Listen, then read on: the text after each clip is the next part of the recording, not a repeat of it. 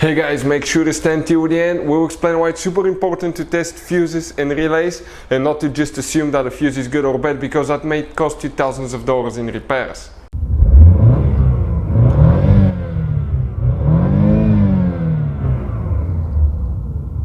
Hey guys, welcome back to Electrical Car Repair Live. Thank you guys for watching and subscribing to the channel. Today will be super helpful video to any of you having a Ford Mustang. We're talking about that generation from year 2015 to year 2023.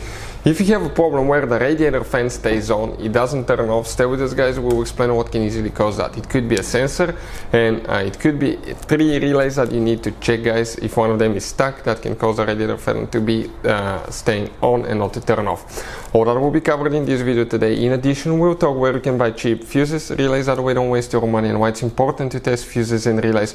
All that guys, okay, will be covered for your convenience, absolutely free. Make sure to stand till the end. Before we start, let me just tell you a little bit about us guys. Every single car we get here at the garage, we try to make at least 200 to 300 free repair videos. We take them completely apart, we show you how to fix pretty much anything guys. Anything from engines, transmissions, bodywork. Why we do all that? Because our mission in the shop is to save you as much money as we can. All we need guys in return, please subscribe to the channel, like the video, that way we can keep providing this absolutely free information. And if you guys need to buy any replacement fuses, relays, because some of those could be really expensive at the parts store, any parts, any tools for your car, check out the link in the description of the video below. That's where we get our tool supplies from, and you can save a ton of money. So let's start on it now.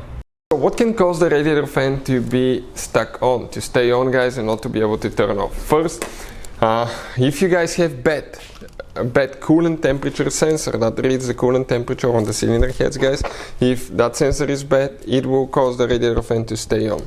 If the sensor is unplugged, it will cause the radiator fan to stay on in many cases. If the wire is broken, it will cause the fan to stay on as well.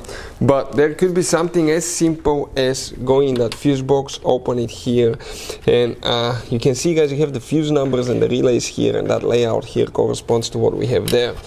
That's very convenient, but the bad news, you don't know what they're for. Before we continue guys, let's explain why it's important to test fuses and relays.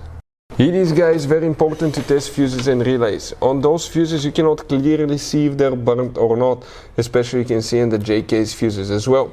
And if you guys assume, okay, let's say you remove a fuse, you look at it and you assume guys that it's actually a good fuse, but it's actually a bad fuse. Sometimes you cannot clearly see that.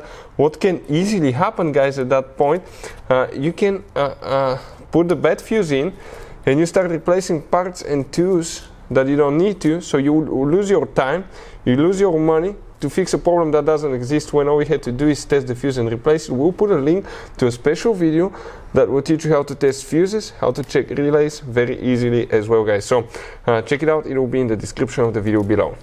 Here you will have 3 different relays for the radiator fan. If one of them is stuck, okay, in open position, it will cause the radiator fan practically to run all the time. And the relays that we need to check, first is relay number 77. We're talking about that relay here.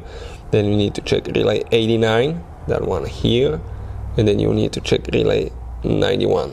I'm talking about that relay right here. Hopefully guys the video will be helpful. If you have any questions, don't hesitate to let us know. Thank you for watching. See you next time.